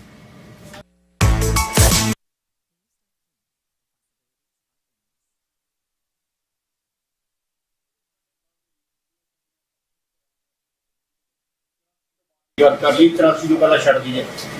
ਉਸ ਤੋਂ ਬਾਅਦ ਜਿੰਨੀਆਂ ਸਾਡੀਆਂ ਪੰਥਕ ਧਿਰਾਂ ਨੇ ਅਸੀਂ ਸਾਰੇ ਹੀ ਦਾਅਵਾ ਕਰਦੇ ਕਿ ਸਾਡਾ ਨਿਸ਼ਾਨਾ ਇੱਕ ਹੈ ਜੀ, ਨਿਸ਼ਾਨਾ ਇੱਕ ਆ, ਮਿਸ਼ਨ ਇੱਕ ਆ, ਮਕਸਦ ਇੱਕ ਹੈ। ਸਾਡੀ ਅਪਰੋਚ ਜਿਹੜੀ ਹੈ, ਪਹੁੰਚ ਜਿਹੜੀ ਹੈ ਉਹ ਵੀ ਇੱਕੋ ਹੀ ਆ ਵੀ ਅਸੀਂ ਗੁਰੂ ਗ੍ਰੰਥ ਸਾਹਿਬ ਤੱਕ ਸਿਧਾਂਤ ਜਿੱਥੋਂ ਤੱਕ ਏਕਤਾ ਦੀ ਗੱਲ ਕੀਤੀ ਜਾਂਦੀ, ਅਸੀਂ ਕਹਿੰਦੇ ਘੱਟੋ ਘੱਟ ਗੁਰੂ ਗ੍ਰੰਥ ਸਾਹਿਬ ਤੱਕ ਤੇ ਸਾਡੀ ਇੱਕ ਸਹਿਮਤੀ ਬਣ ਜਾਵੇ ਉਹਦੇ ਸਿਧਾਂਤ, ਗੁਰਮਤਿ ਦੇ ਸਿਧਾਂਤਾਂ। ਕੀ ਕਾਰਨ ਹੈ ਕਿ 39 ਸਾਲ ਬੀਤ ਜਾਣ ਕੇ ਵੀ ਅਸੀਂ ਇਕੱਠੇ ਨਹੀਂ ਹੋ ਸਕੇ? ਉਹ ਕਾਰਨ ਇਹ ਹੈ ਕਿ ਜੀ ਅਸੀਂ ਇਕੱਠੇ ਕਰਨ ਦੇ ਤਰੀਕੇ ਅਸੀਂ ਹੋਰਨਾਂ ਦੇ ਅਪਣਾਉਂਦੇ ਰਹੇ। ਜਦੋਂ ਤੋਂ ਅੰਗਰੇਜ਼ਾਂ ਨੇ ਸਾਨੂੰ ਹਰਾਇਆ